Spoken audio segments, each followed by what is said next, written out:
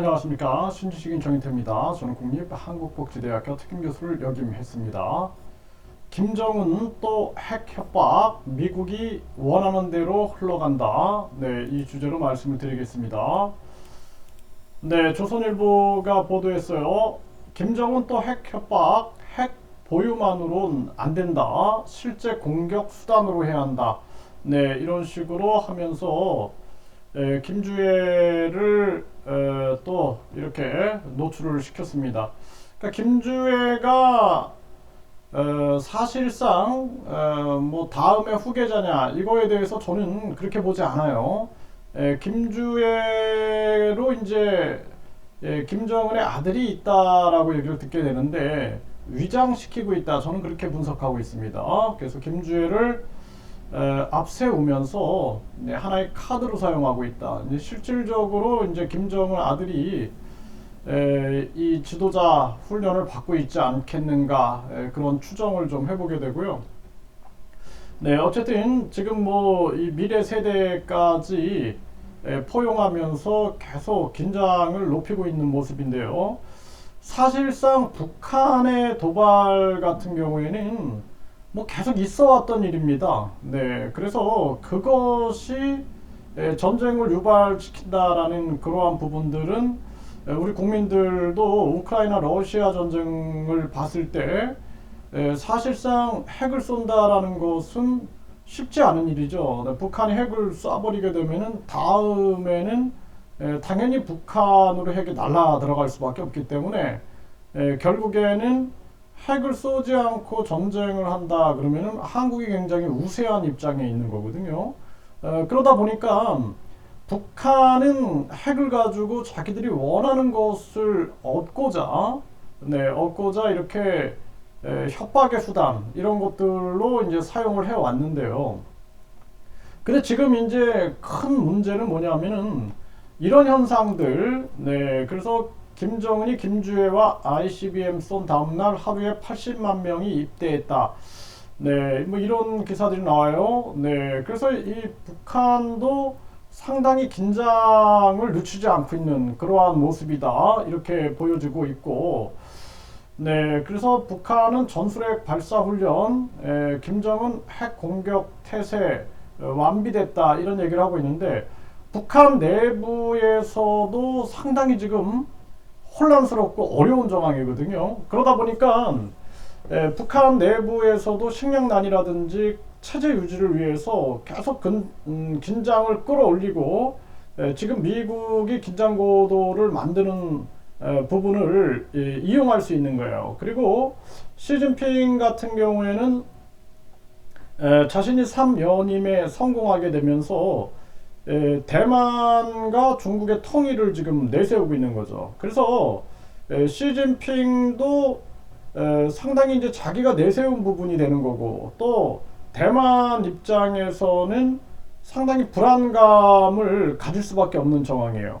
그래서 우크라이나 러시아 전쟁이 터졌을 때 보면은 미국이 계속 말을 흘리는 거죠. 나토에 우크라이나가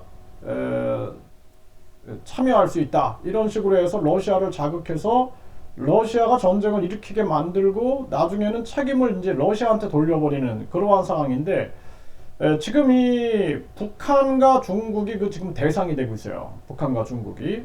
그래서 북한은 섣불리 움직이지 못할 텐데 그런데 중국 같은 경우에는 계속 자극을 받다 보면은 행동으로 옮길 수 있는 상황이 발생된다라는 거죠.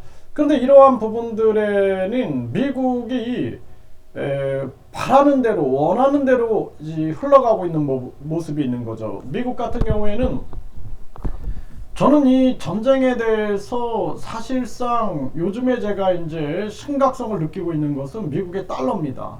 미국이 수출 1위가 달러인데 이 달러 패권이 흔들리게 되면 미국은 전쟁을 불사하지 않는데 지금 이 달러 패권이 흔들리고 있는 거예요. 그래서 전 세계에 미국이 인플레이션을 수출하고 또 전 세계에 아주 경제 위기를 수출을 하면서 다른 나라들이 파산하고 부도가 나면은 미국의 달러 가치가 올라가요. 안전 자산이라고 생각하기 때문에 달러의 매입이 높아지는 거예요. 근데 세계가 이제 안 속았어요, 이번에.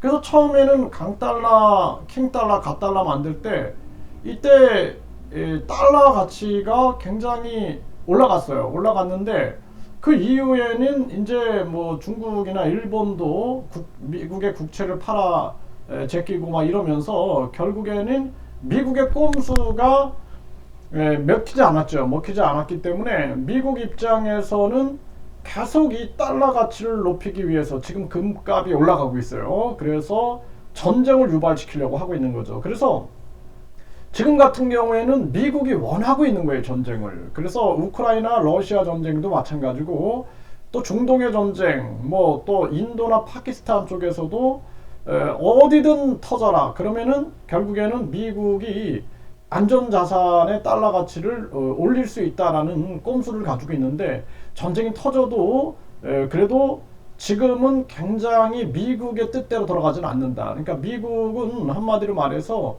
지금 극탐욕주의에 빠져 있어요. 그래서 미국 바이든 정부, 그러니까 미국 민주당은 아주 저는 괴상한 정부다라고 생각을 합니다.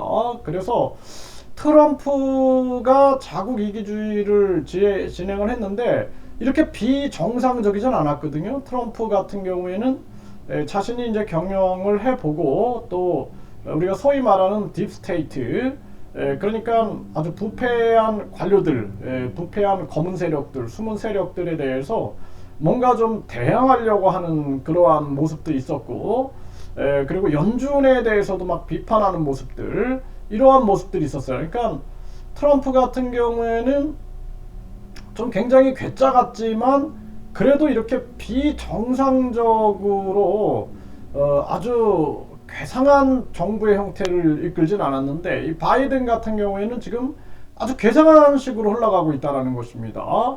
그래서 많은 사람들이 이게 딥스테이트의 움직임이 아니냐, 또 연준도 마찬가지로 다 장악된 게 아니냐, 세계를 혼란으로 빠뜨리고 있는데 지금 상황은 다시 이 러시아를 자극하듯 중국과 북한을 자극하고 있다는 거예요. 그리고 이 뒤에는 달러 패권이 있다는 것입니다. 그렇기 때문에 저도 요즘에는 전쟁이 굉장히 현실화되고 있다는 이러한 걱정을 하게 되고, 또 문제는 뭐냐면 윤석열, 뭐 저희가 뭐 윤석열 대통령한테 억하심정을 가지고 있는 건 아닙니다. 저는 윤석열 대통령도 마찬가지고 뭐 김건희 여사, 또 문재인, 이재명, 문재인 전 대통령, 이재명 대표 모두가 법 앞에 평등해야 된다라는 그러한 입장을 가지고 있는 사람이에요.